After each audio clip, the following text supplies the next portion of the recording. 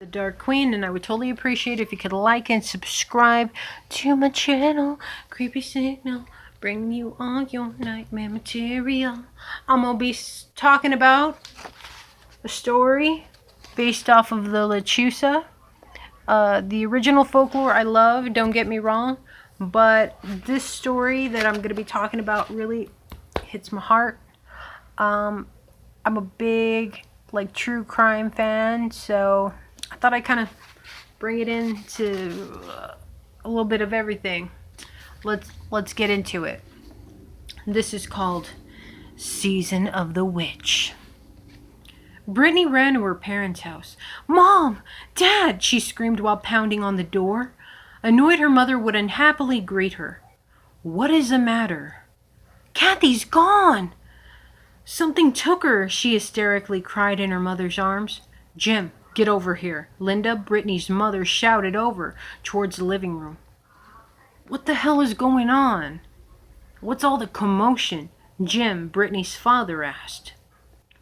"What is going on? I am on the phone." Donna, Brittany's older sister, interjected. "Call the Martinezes and tell them we can't find Kathy, and then after that call the police." Linda sighed while looking over towards Jim. What do you mean, missing?" Jeanette, Kathy's mother, said just before breaking down and crying. Grabbing the phone, Did you call the police? Well, we'll be right over," David, Kathy's father, exclaimed. For hours, the police would question Brittany and her family, and she would retell over and over again her account. "We were tired of riding our bikes, so we stopped by old Miss Garza's, who gave us some empanadas and milk. When we were leaving, I saw old man Sam looking at us funny. After that, we headed home, and when we heard that noise up in the trees, we stopped to take a look. The body, it looked like a bird, but when I pulled out my flashlight to take a closer look, that's when I saw its face. It looked like an owl, but the face was like a person's. And it looked at me, and I fell back into the bushes. And as it came down, and I got back up, it was gone. But so was Kathy," Brittany cried. The police and her parents thought that her version might have developed this monster-like creature through trauma. The media and news would round-the-clock cover updates and statuses of several search parties from the neighborhood as they tirelessly searched deep into the nearby parks and woods. It had been at least 2 weeks, and Brittany's best friend was gone. However, meanwhile, the police had developed a person of interest. Sam Gonzalez, a 55-year-old man who had been a resident of the neighborhood for over 32 years. But what made him a person of interest was that at the tender age of 12, his very own sister went missing and was never found. And coincidentally, within 32 years, there were at least 12 missing children within a 5-mile radius of his home. But unfortunately, the interest for the police had died down when several witnesses had accounted and verified that he was at the late-night team championship at the Bowl O' Fun. And after winning, he and several teammates went out for an early morning breakfast. However, there would be one detective, Detective Weiland, who still found it hard to believe that somehow, someway, he wasn't associated or connected with these missing children. And every week she would follow up with Brittany in hopes that she might remember something she hadn't previously before. Frustrated to find not a singular thing in the slightest would change about Brittany's account. However, she grew more and more fascinated about the creature Brittany claimed to have seen that night. Half of her logically tried to negotiate the possibility of a large bird being capable of picking up a 64-pound girl, and tossed that idea aside. The other side, the side she'd like to refer to as her denial, not a chance in the world side, would still profoundly be curious about the what-if of the situation. When looking up birds and missing children, she would find related searches of a creature that many referred to as the Lechuza. More and more she found herself reading and looking into videos about its myth. Everyone wants a damn TV show, she laughed to herself. Sam Gonzalez seemed like the usual suspect. A quiet loner who lived alone and was more than a hunting enthusiast. Oh yeah, Detective Weiland didn't judge because she never liked being wrong when it came to summing up one's character. However, when she visited him for his official statement, she could see why people came to such an extreme conclusion. Come on in. Don't mind the trophy or the birds, he said, while heading towards his small kitchen. These birds Detective Whelan asked as she locked eyes with a taxidermied owl peering at her. Shot? Yeah, I sure did. I know what you must think. Haven't I killed enough of them?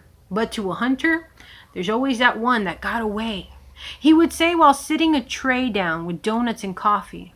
Detective Whelan would notice, hanging next to his hunting trophies and several pieces of taxidermied owls, a map of the neighborhood.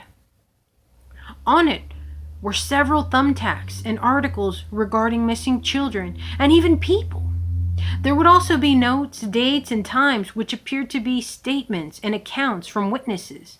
After 10 years of experience with profiling and working in the field in abduction crimes with the FBI, she could exactly see what was going on here. She could read his guilt-ridden face and haunted eyes like a book. He was trying to solve this.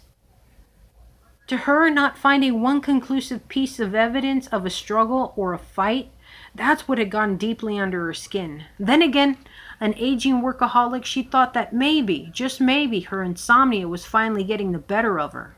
Pedaling back from the local pool, Brittany did her best in following the ice cream man. Wait up, Squirt, Donna followed behind her. Finally, it had come to a stop right in front of old lady Garza's house, who at the time was working on her petunias. Nice hot day for some ice cream, the old lady smiled. 2 cherry raspas, please, Brittany pointed to the ice cream man. What?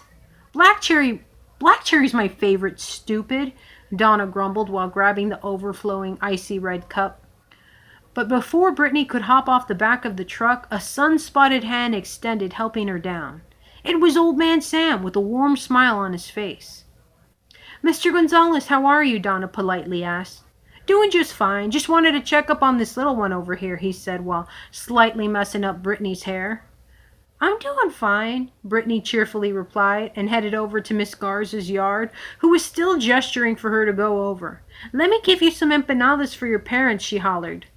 I just wanted to show, there was no hard feelings. I can get why everyone would have thought, well, what they would have thought, Sam shyly said. Don't worry, Matt's dad was with you that night. Roy. Roy. My boyfriend. Matt's father? She exhaustedly tried to explain. Oh, that guy, Roy. Good man, but the worst turkey hunter that I've ever taken alongside me. He laughed. On a serious note, is it true? Did Brittany say she had seen a bird? A large one? He asked in a serious tone. Yeah, pretty much, but the cops said it was probably just trauma or something, Donna replied. Gotcha. Well, take care and make sure to watch over this one, okay? He said in a giggling voice towards Brittany just before leaving. Miss Garza waited for him to leave before walking over with a Ziploc bag filled with empanadas. What did he tell you? What did he want? The old woman said. Oh, nothing. We were just talking, Donna graciously replied. Well, I can call the police if you think he harassed you, she said while attempting to open up her large cellular phone for the elderly. No, that's okay, Miss Gonzalez. He wasn't bothering us. No, that's okay. Mr. Gonzalez wasn't bothering us at all. He just wanted to know if we were okay, Donna explained. Well, you just let me know if he tries talking to you again. You never know, if you know what I mean, Miss Garza said while looking over towards Brittany. Well, it's getting late, and come on, Brittany, we better go. Brittany? Donna screamed towards Brittany. Donna was only 14 and then didn't really know much about the outside world other than pop music, text messaging, makeup, and boys. But she was picking up on something. It would be after their late night supper, while Brittany excused herself to bed, that she would bring it up to her parents. Um, Something weird happened today, Donna said, while pouring herself a cup of coffee. Oh yeah? What happened, honey? Linda asked.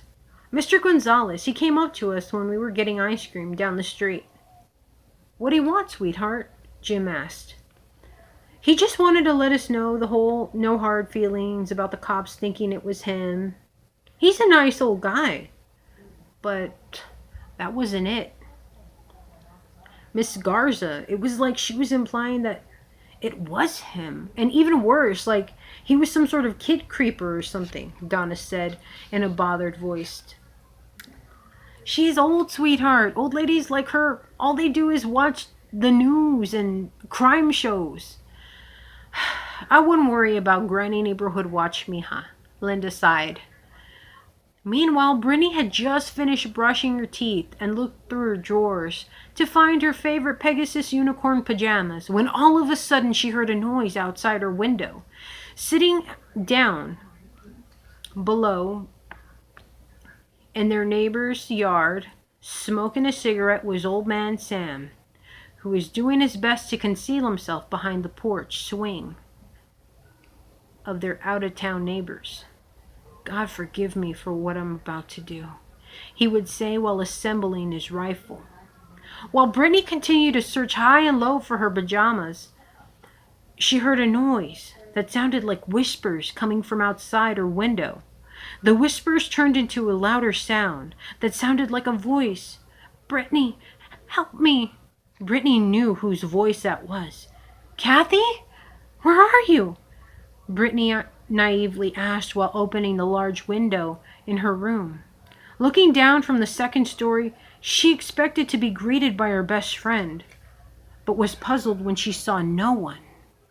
Looking straight at the pecan tree that sat next to her window, deep in the darkness, she heard 3 loud clicks sound off. It was like rocks hitting each other. Gray, soulless eyes widened and peered at her from the darkness, doing its best to conceal the majority of itself deep within the shadows. What Brittany could see in the light looked like Kathy's face, but not her eyes. If there was anyone other than her own mother who could easily identify Kathy, it would have been Brittany. Having played makeup game almost every day of the week left Brittany certain that she was staring at the face of her friend. Chills ran down her spine just as the out-of-town neighbor's sensor light went off, revealing the thing's bird-like body connected to it. It was the same shape of the bird that had previously been seen just before Kathy went missing.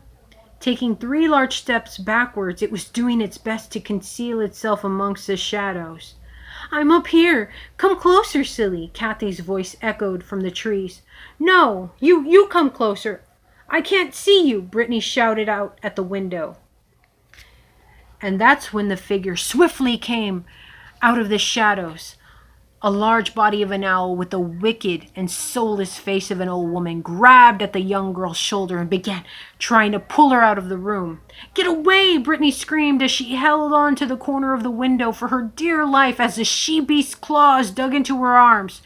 Brittany, Linda cried while running upstairs. Dad, Donna screamed while she pointed through the dining room's window at Sam with a rifle pointed toward Brittany's room. Before Jim could get through the door, boom, boom, came from Sam's high-powered rifle. 15 years of seasonal hunting, the first bullet would disable the beast with a shot to the lung.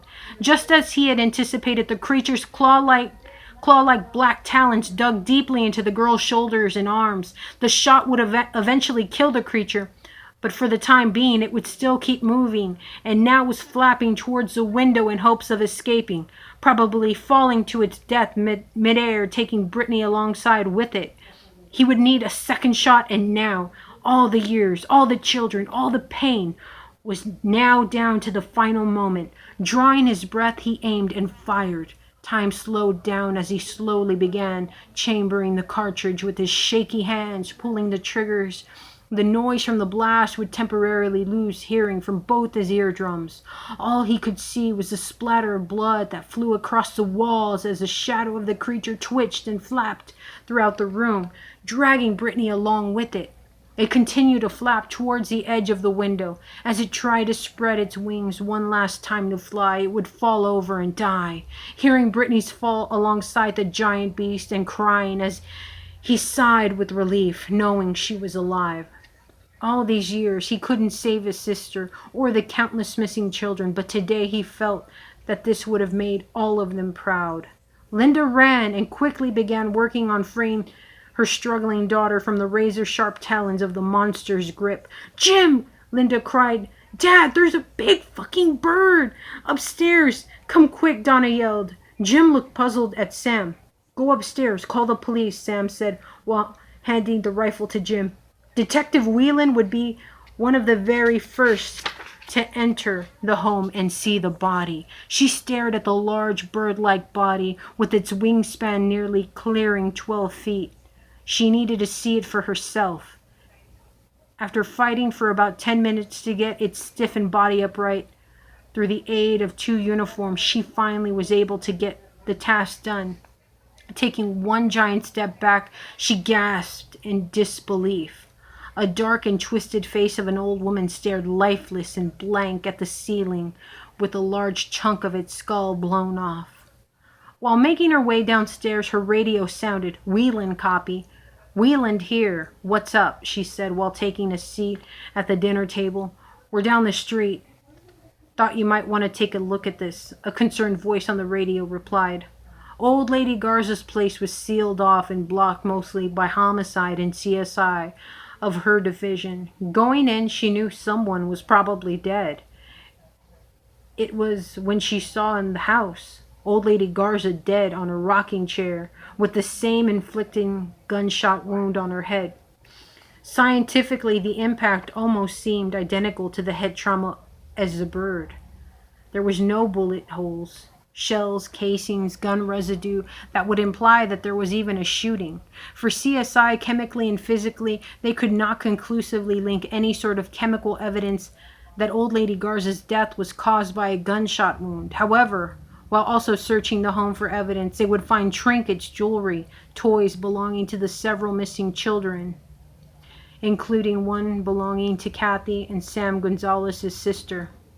The neighborhood would go back to its quiet self, and over time, Old Man Sam had turned into Uncle Sam, and he would teach Donna and Brittany to be some of the best shots